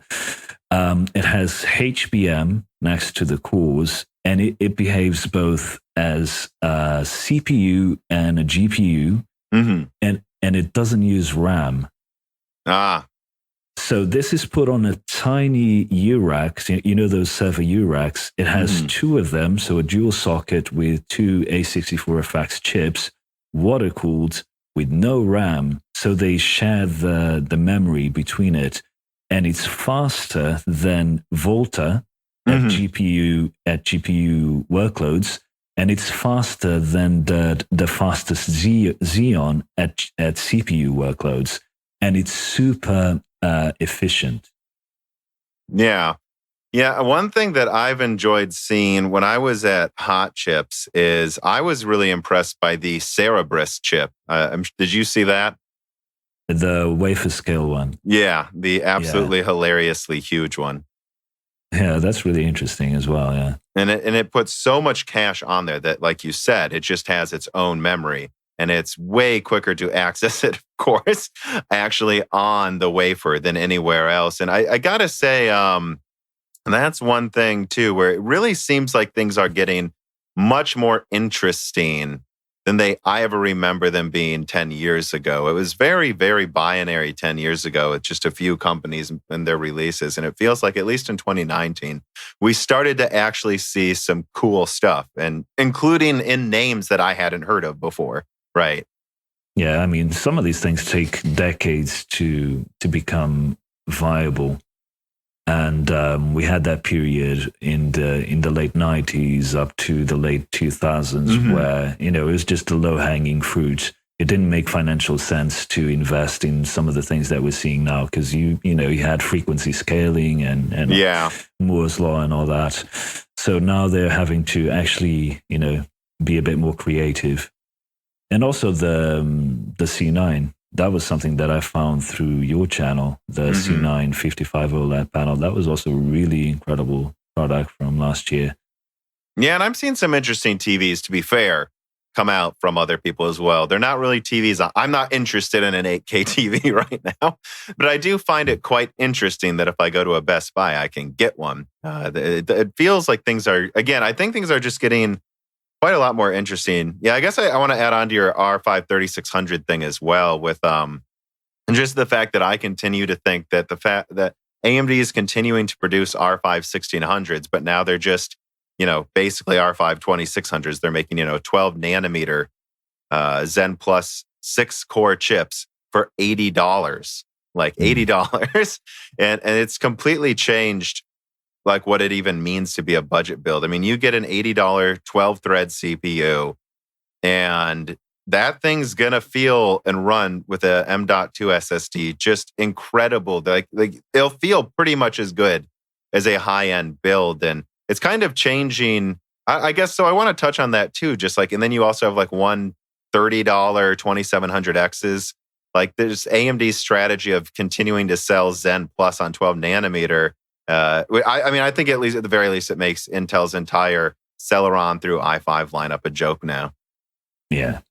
I mean, that's the problem with Moore's law slowing down. The products from like 3 years ago are just as good as the ones now. They're like, 10-20% slower, but are you really going to tell the difference between a 1600X and a 3600X? Maybe a little bit, but nothing major. Especially if you go up to higher resolutions where the GPU is the bottleneck, at least for gaming. Yeah, and what's incredible about these chips too is you can upgrade it to a 3950X in a year or some Zen 3 chip if you want to. I made an argument in my Intel video I had come out Sunday that, like, what AMD is doing right now with their strategy of producing the previous gen for dirt cheap to take the budget market, it would be like if when Intel was dominating piledriver with Skylake i7s, they just kept making Sandy Bridge i7s for like $100. Like, that strategy, it's a different scenario because, AMD has, different things pulling at them to do it. But like, that's how big of a deal I think this is if Intel would have done that back then. And then just made all of AMD's budget CPUs basically a joke because, well, the previous gen Intel i7s were almost as good as the new one, frankly. Yeah, but I mean, this was one of AMD's aces that was a really good marketing play, was saying up front that the platform would be supported for 3 or 4 years. That, everyone that bought a 6600K or 6700K, which I think you had, was like, oh, yeah, that's kind of nice. I wish I could upgrade my CPU, but I can't. I need a new motherboard. With Ryzen, you're like, yeah, well, I can go from a 1600 to a 3950X. Yeah. It's insane. Yeah. It's an excellent marketing move from AMD there. Yeah, that's what I said too. And also keep in mind, it would be if you could upgrade from the Sandy Bridge, i3 or i7 to a Skylake i7. And that's what, it's so true. Like, I had a 6700K and eventually I went to Zen. But I said, if I could have put in an 8700K, a 9700K into my same motherboard, I wouldn't have upgraded to Zen, I don't think, because it would have been far cheaper to just pop open the socket and put a new chip in. But Intel just doesn't let you do that. And they don't let you do that even when it doesn't make any sense. Like you needed a new chipset, didn't you, for the 9900K over the 8700K, I think? And then that one also wasn't compatible with the 7700K. Well, the good thing is Intel has learned from their mistakes. Hint, they haven't. Well, not yet. And I know that, yeah, and then they're going to use LGA 1200 for, what is it, Comet Lake 10 core. Yeah, that's exactly what I'm referring to. And just to be clear, by the way, Alder Lake is said to use LGA 1700. So I think hopefully with Alder Lake going to LGA 1700, they're actually planning ahead for once. But I honestly wouldn't bet on it. They have made the decision that they make a lot of money reselling motherboard chipsets. I guess that's just the way they want to do business for now until they're completely forced to not do that. Yeah, and you were saying what I'm looking forward to in the 2020. future. Yeah. Just 2020 or beyond that? Well, I guess let's do both. So I would say, what do you hope comes out this year? Like if you had to pick one product to really nail it and exceed expectations, which one would it be and, why that one? Well, that's a tough one. I would say if the Navi-based APUs come out towards the end of this year, then that's the one that I'm the most excited for. If not, I guess it's a toss between the Intel GPU, just because I'm curious about what's going to come out of that, and also to see if Nvidia is going to have another Pascal moment now that they're feeling a bit of pressure. Yeah, and I've been thinking there is quite an impetus on Nvidia to not F around anymore with their next generation. Like, I get, everyone knows, I mean, they basically taken the market with Turing. They had a chance to really start milking, and some of it at least partially backfired on them a lot. And I think when they look and they see, well, the consoles are coming, they might use some form of ray tracing that the next gen RDNA will use, and RDNA 2.0. I think NVIDIA's overestimated AMD a few times to the point where they're starting to really underestimate them. I really think with the minds, they got to hit a home run, I think, with Ampere, or they're leaving themselves incredibly exposed. I mean, I've said that for several generations where AMD didn't do as well as I thought they would, but, the AMD's been on top before, and I don't think NVIDIA can just continue to underestimate them like they have recently. Yeah.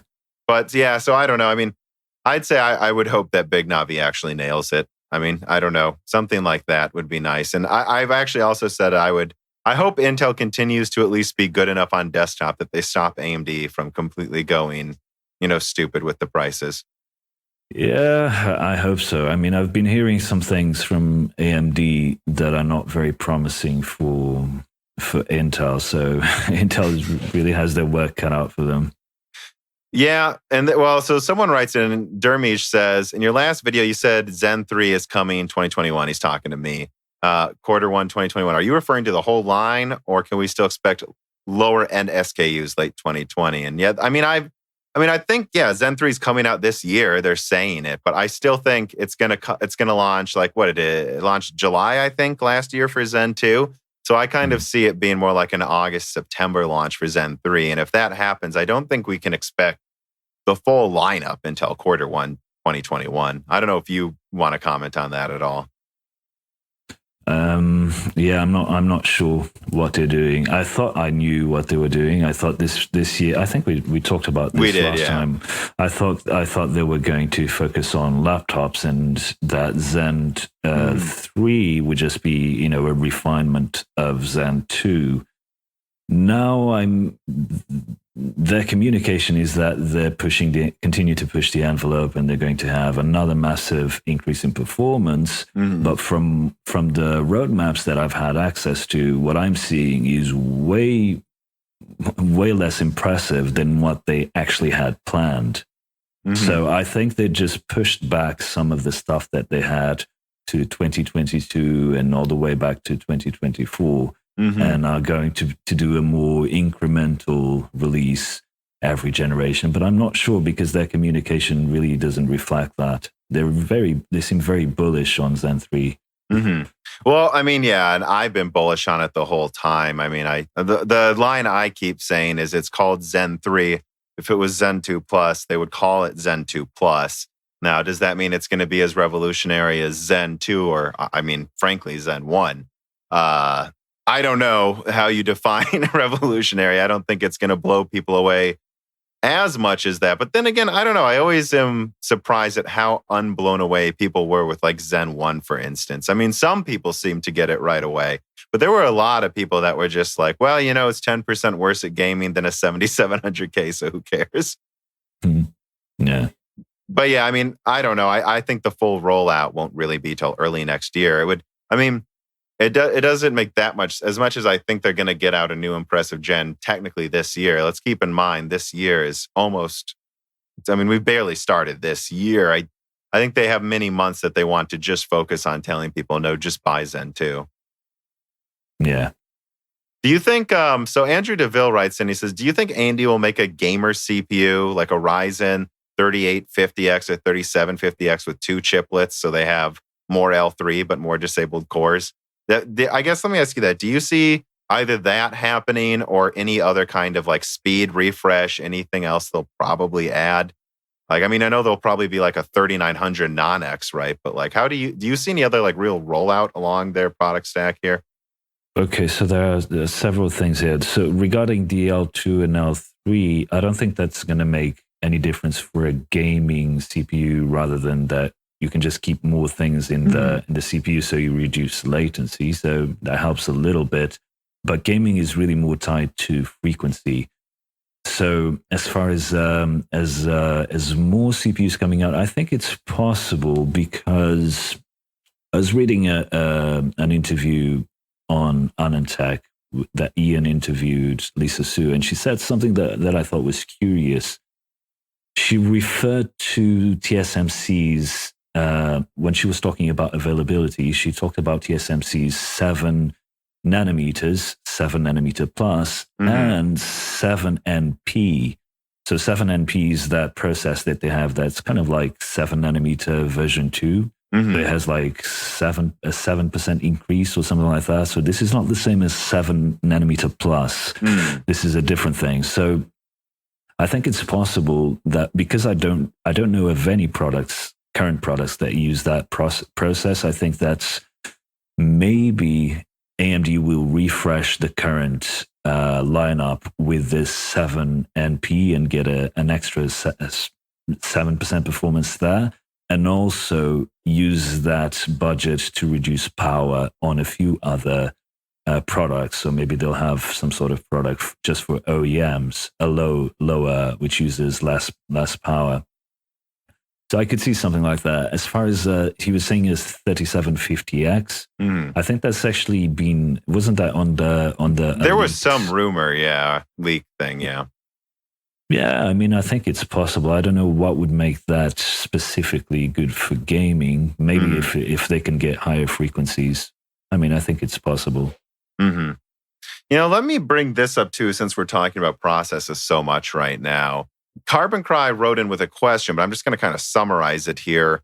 And it's like, how do you see Global Foundries positioning right now? Because I've talked about in a lot of my earlier videos, like early last year, how I thought it was interesting how they were focusing on, 12 nanometer FDX. I thought their strategy was pretty cool. And yet I don't see AMD really using it yet in any of their products. And in fact, AMD is still insisting on using 7 nanometer basically for everything.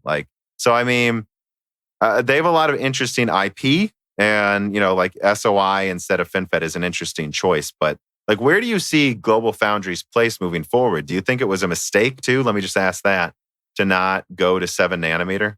Well, it was a business decision, and probably one that they didn't have any choice of making, because it's incredibly expensive to be on the bleeding edge in this industry. But what you have to understand is that there is an insane amount of demand for older processors. Yeah. I'm sure Global Foundries can continue to have decades of success just being a few nodes behind. Even TSMC still makes money on really older nodes. Mm-hmm. So I don't see a problem there. The one thing that Global Foundries can do is invest a bit in research and development and file a few patents and then license the patents. Yeah. I mean, aren't you a little surprised, though, that so far AMD's Navi rollout has been only 7 nanometer, basically? Like, I thought for sure they'd do some low-end chip on 12 nanometer FDX, or even just, the regular old 12 nanometer with GDR6.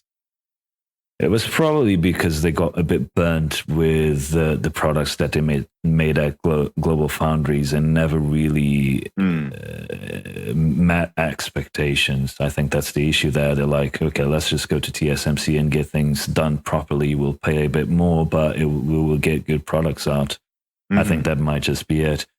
Once they start getting a bit more money, I mean, AMD is not married to TSMC, no. So I think they can use or Samsung. Anyone, right? Yeah, yeah. They can use Samsung for a few things. They can use Global Foundries for another, and I think the future is that. In fact, AMD is in a really good position. This is one of the reasons why it's such an exciting company. They're not even married to x86. Exactly. They have said recently that they're not interested in RISC-V, for instance, but that could change. If the market changes, they have that flexibility to just go and do something else. This is something that Intel doesn't have, for instance. Yeah. So there are positives and negatives there. So I guess I'm a little concerned about Global Foundries long term, though, for this reason.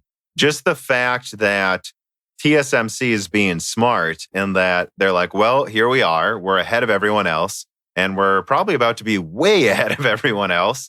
So let's just take all of the money we have and double capacity. And I think that's something that could blindside some of their competitors a little bit because, like you said, right, there's all this demand for previous nodes. And of course there is. We see the Jingjia GPU manufacturer, and they plan to make a 1080 level performance card on 28 nanometer. I mean, I'm sure 28 nanometers yields now are pretty much perfect. So it makes sense for some of these devices. But if they can just double and then triple capacity of 7 nanometer, in the long term, or at least medium term, doesn't that allow TSMC to just take even more business away from them by doing that? I mean, I don't know.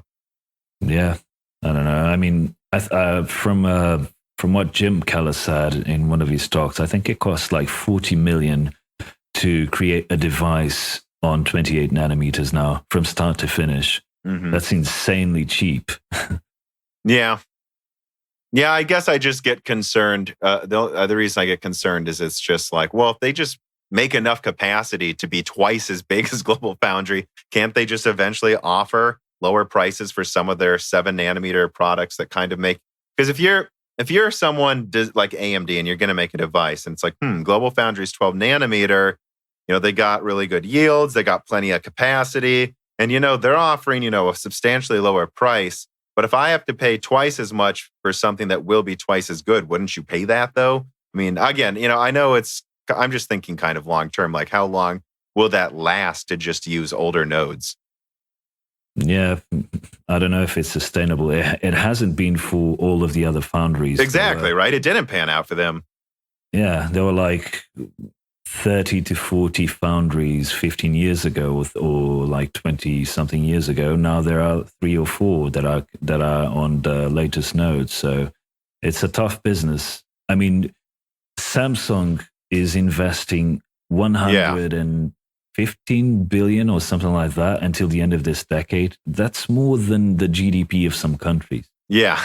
Yeah, and I mean, and I think they're seeing it's worth the money to do that, because if they're a node behind TSMC, which they're not even really a full node behind yet. Actually they kind of are pretty soon. That there will be plenty of people that just go to them for their 7 nanometer. But if they've all 2 nodes behind and then TSMC is just quadrupling capacity with all this extra money they're making, I just worry that TSMC will be like, well, it's fine. We have so much capacity now and our node's better.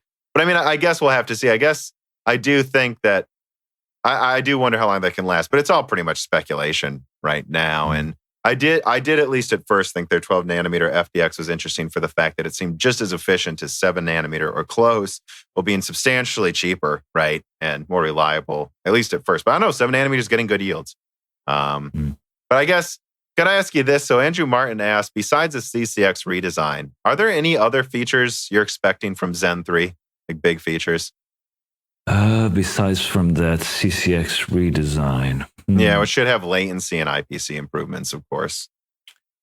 Yeah, it's not something that I've thought about much. I mean, from an architecture point of view, I would expect to see some sort of new scheduler in there to improve parallel workloads. I know that they've worked on, I've seen a few patents that suggest that. I'm not sure if the problem, it comes down to the same thing. Is this really going to be Zen 3? Mm-hmm. You know, what is this next? The name doesn't really seem to correlate to the actual architecture that they announced a couple of years ago in their roadmaps. Well, they've certainly changed it a lot from their initial roadmap. That's true. Yeah, I'm not entirely sure if this Zen 3 is really the Zen 3 that was supposed to be coming out. So it's difficult to say, but I would expect to see some, like new schedulers and some improvements to runtime and things like that. But nothing particularly revolutionary, I don't think, at least not from this generation. I think come 2022, you are going to see some really insane things. Yeah.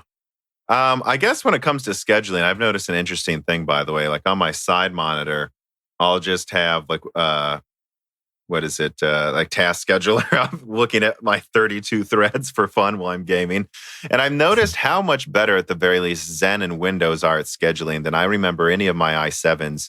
Like, because I mean, it's 8 years ago. Most games use 2 to 4 cores, or 2 to 4 threads, I should say. And I would just see it just randomly throwing things to each thread, like just all over the place. And when I look at the 3950X, like if it's even at like 30% load, 40% load, sometimes it's just not using one of the cores on purpose, you can tell, to save energy on heat on one of the chiplets. And then you'll see like all of the other cores, only one of the threads is being used. And at least it does seem like there are some pretty big scheduling improvements already over any of the architectures I've used before. Yeah, that's something that AMD is working closely with Microsoft to solve, because right now Microsoft barely hangs in there with 32 cores, and I'm curious to see what will happen with the 3990X on Windows. I've asked AMD for a review sample, but there will probably be very few of those. Maybe that's another reason why they're kind of delaying some of the stuff that they were bringing, because the information that I had on Zen 3, the core counts were absolutely absurd. I know. But maybe now we're at the point where it doesn't make any sense to bring them to desktop, because Windows is just going to crap itself. So yeah, I have a theory. I think so. I know that there was an early roadmap, or at least that I saw, that had Zen 3 with 4 threads per core and most of the things we've heard about now.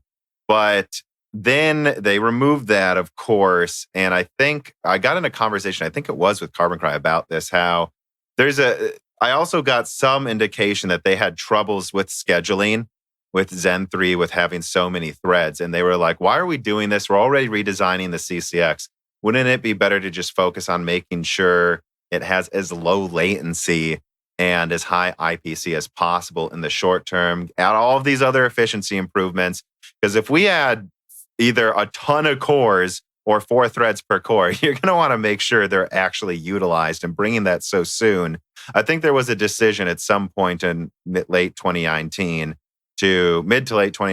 that let's just focus on what we can make work well right now, and so we can execute it and get it out on time. Because if you get 4 threads per core out and it like causes an IPC reduction in a bunch of games, that would be a huge mistake, I think. Yeah, exactly. I mean, you got to nail it. Yeah, that was one of the things we discussed last time, I think. Yeah. So I guess I have a few other things I could bring up, but let me ask you, is there anything else you want to talk about while you're here? Man, there are so many things we could talk about. Oh, I know. There's one topic that I find interesting, but it's a bit far out. I'm not sure if it's going to be interesting to your audience or to you in particular, which has to do with nanotechnology. Mm-hmm. Is that something you want to go into? Yeah, I wouldn't mind it. I think one of the things that I've been thinking about, like, where is this all going? I mean, we're getting these insane changes in technology and semiconductors and all that. Where is this going? What's going to be like the next mega disruptive technology like we had with the iPhone in the mid 2000s, with smartphones suddenly becoming a thing?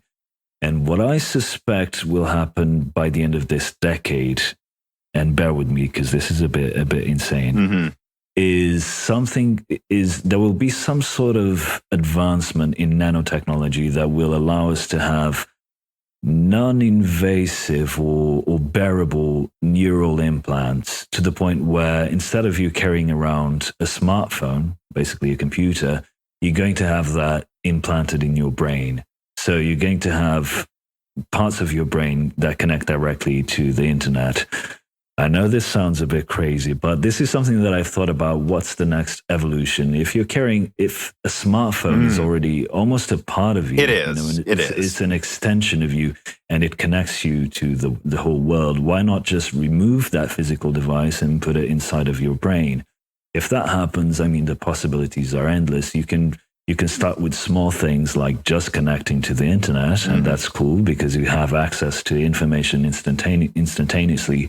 Then you can activate the parts of your brain that are responsible to formulate images. You get images from your eyeballs, but when you're dreaming, your eyes are closed, and you are still forming images in your brain. So imagine you could visualize content in your head, in your mind's eye. And then share it with someone else's head right away, too. Yeah, and consume entertainment, and all through a neural implant. And then you get into a bit more, the fantasy realm of topics like Deus Ex or Metal Gear Solid 4. Yeah, things like that, where you enhance your capabilities. Obviously, there are a lot of pitfalls to this, like hacking and all sorts of science fiction level things, but I think the reason why I'm bringing this up is because I think nanotechnology, if you look at the progress of transistors scaling in the past 60 years, and then you look back at technology as scaling even before that, and you look at where it's headed, you can, if you do a comparison to that to nanotechnology, we're not too far from this being a reality. I mean, there's a barrier there with putting stuff inside of your body, which people are, that's going to be a bit of an obstacle to overcome. But I think that might be the next, huge disruptive thing that the whole world suddenly changes the way that they live. Where nowadays, if you have a smartphone, you're one type of person. If you don't, you're living in the dark ages. It's going to be that sort of divide. But anyway, that's just an aside of something a bit far out. Yeah, I mean, I was about to say where you were talking. I played Metal Gear Solid 4, so I know what you're talking about. But I thought about something, though, that just while you were talking, where I think all of these games and movies and Black Mirror TV show, when they do this, it's very one step. I don't know how to describe it. Like, it's just kind of like a one-step thinking of just like, if you did this, I could have a HUD display. If I did this, I could watch Netflix in my head. But I think there's implications. For instance, like let's say you had a particularly sophisticated device in your head connected to the internet that could, through its own machine learning, know what you're looking for. So let's say I'm doing research for a video, and instead of me thinking, search Wikipedia this, what if I have that thought, like you probably have, like, oh, what was that? And instead of me telling the device to do it for me, the device knew I sent that that brainwave across my skull, and it just instantly popped it in the whole article, downloaded it, threw it into my short-term memory, and then I just kept typing because I knew what to do next ahead of time. Like, you would be dealing with people who would immediately go from having like IQs of 140 to equivalents of an IQ of 300 and be able to write and work on things. And I mean, not just logically, but work on things creatively 2-4 times faster than we could before. Like, it would be kind of like the equivalent of talking to a caveman if they were talking to us now. Yeah. Or language. Like, you just learn a new language instantly. Download Chinese. Mm-hmm. And I mean, like, and I want to be specific. When people hear me say stuff like that, I don't mean like it removes a step. I mean, like, there's no step. Someone starts speaking Chinese and you don't even perceive that there were any jumps to that. Or when you're like, imagine you're brainstorming for an article and you're like writing this and you try to think, what was this? What if the device cuts out the what was this and you just keep writing? Like, you could theoretically get to that point. Now the problem would be, among a few things, but what if someone hacked some network and they put into your head, well, I thought this about a presidential candidate, and it cut out the steps, so it just told you now hate that. You could quite literally tell people they hate people. Well, what's stopping it from that being the case right now? Everything that you're seeing and that you're thinking could be someone else's creation. Well, that's why it takes so much tremendous effort to double think about everything you're saying. And I think it can even make you look stupid. And really what you're trying to do, it's so hard to be objective. Like, and so I get why we have this thing where, and I think there's a tendency for people to get into kind of condescension and be like, oh, those dumb people fell for this, but I'm smart enough. And that's why I know the truth. And everyone's really just probably thinking that about each other. But it's so hard to just stop and go, do I actually remember that happening? Did I actually say that? It's actually very inefficient. There's a really interesting book that I would recommend people read called You Are Not So Smart, which goes through a bunch of fallacies that are very common in people. It's a really eye-opener. Going back to the topic without extending it too much, if people think this is science fiction, you just have to look at open brain surgery.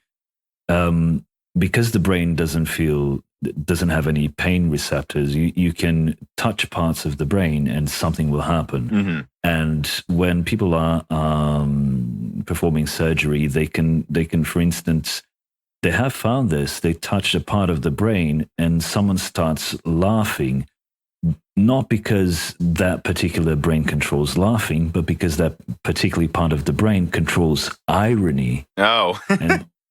And this is super interesting because it means that we can control certain things in our brains. We can activate them.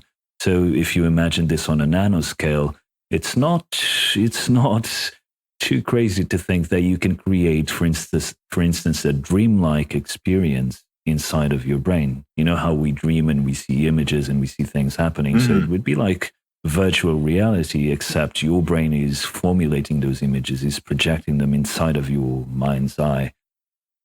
Yeah, I remember when I first heard of these concepts and I was like in college, I was like, yeah, sign me up, get that chip in there. I'm tired of Googling things.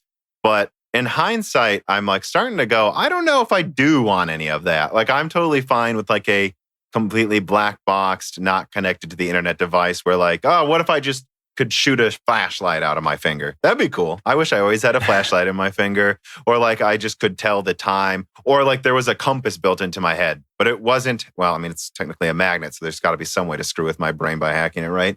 But like if you did something like that, like just a built-in compass, a built-in light, a built-in maybe real simple app that is, air-gapped against other things, I wouldn't mind that. But I am starting to get kind of concerned about how we could just destroy ourselves if we go there. Although we're going to go somewhere because it would just be so much. Like I said, I really think it would be like if you had that ability to just like it already knew what you needed to look up and placed it in your short-term memory. So you kept typing without even thinking you forgot something. I mean, yeah, those people would be like God level intelligence compared to us now. So people are going to push to get there, whether we like it or not, I think. We'll see. Maybe they'll just get themselves killed.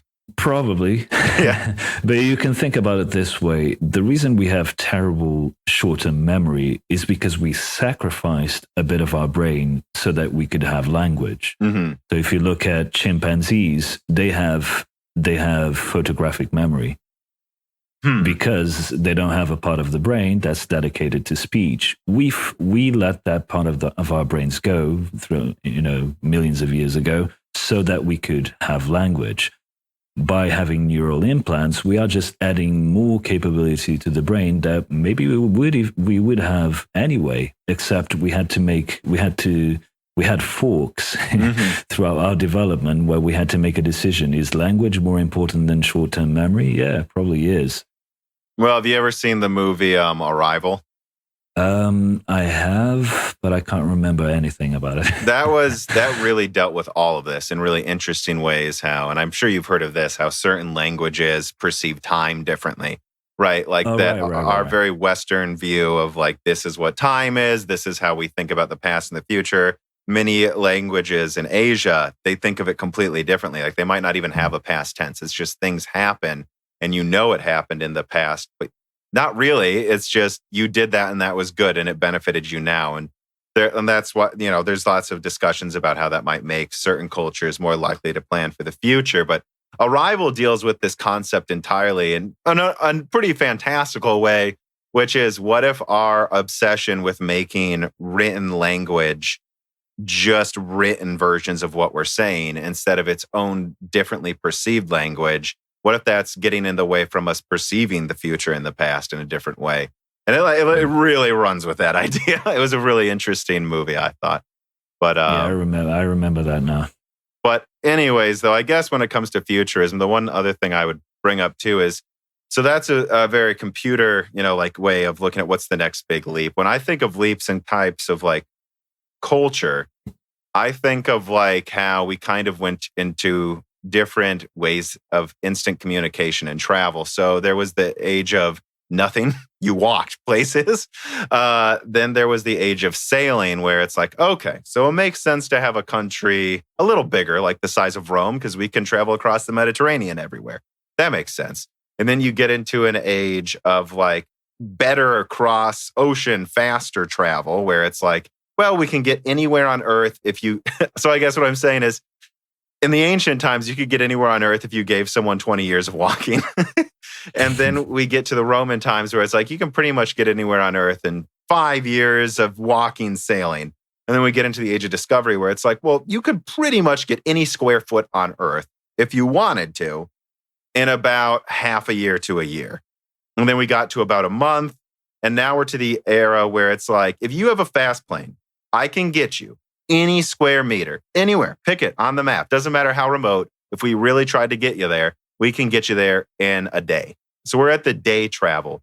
And I think the next big leap outside of computers will be the instant travel era, where instead of having a day to get somewhere, let's say it takes 1 to 2 hours. And the reason I think that would be so significant is right now you have housing prices that are really high in New York and different laws and even just different states in the US.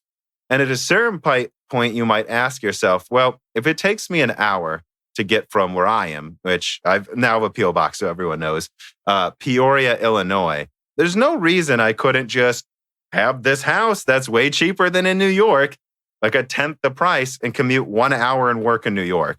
And that would completely collapse the concept of, it would still cost more to live in New York because now you can walk places. It would be better than waiting an hour to get somewhere. But I feel like that's the next big leap as well, because that would also allow us to actually meet each other. And I think a lot of the problems going on right now is the fact that we're not face to face. If you get anywhere in an hour, it's like, yeah, what are we doing? It'd take me 20 minutes to get to Portugal. Let's just record it in person. It'll take us a second. Yeah, that would be awesome. They wouldn't let you in here. Oh, they wouldn't. They let me in before. I'm joking.